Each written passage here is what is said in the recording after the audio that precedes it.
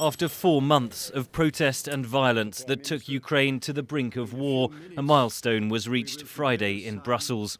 The European Union and the Ukrainian Prime Minister signed the initial phase of an association agreement, the deal that former President Viktor Yanukovych turned his back on in November.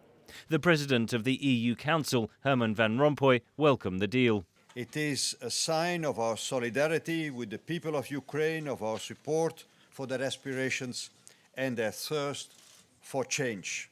The EU says it aims to sign the remaining parts of the agreement, including the key sections on free trade, after Ukraine's presidential elections, scheduled for May. It's a sign of the EU's determination, says Nicholas Redman of the International Institute for Strategic Studies. Signalling that it really is prepared to go head-to-head with Russia in a geopolitical struggle. The EU added 12 names to the list of Russian citizens facing targeted sanctions. Ukrainian Prime Minister Arseniy Yatsenyuk said the EU must take strong action against Moscow.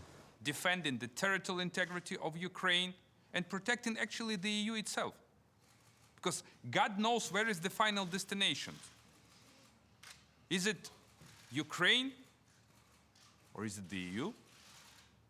Russia, meanwhile, formalized its annexation of Crimea Friday and warned it would retaliate against US and European sanctions. The West still has plenty of economic weapons in its arsenal, but is reluctant to deploy them, says Nicholas Redman. Russia has plenty of escalation options too, both in Ukraine and more broadly. To deploy too much firepower financially at this point would be to overplay the hand and to invite a response. The EU, I think, is still hoping that there can be some sort of negotiated agreement. Britain has said that the best rebuke to Russia would be to build a strong Ukraine. Analysts say that will be far from easy. Ukraine's economy was in sharp decline even before the current crisis erupted. GDP plunged 15% from 2008 to 2009 and has barely recovered.